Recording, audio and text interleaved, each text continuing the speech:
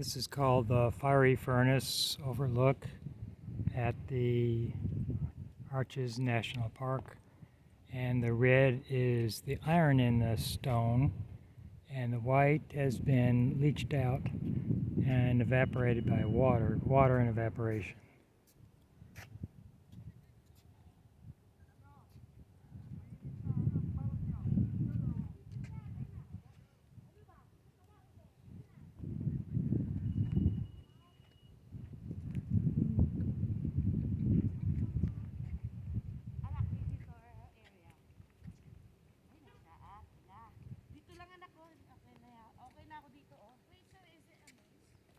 Halika ng camera, picturean na kita. Makatapos na tayo lahat.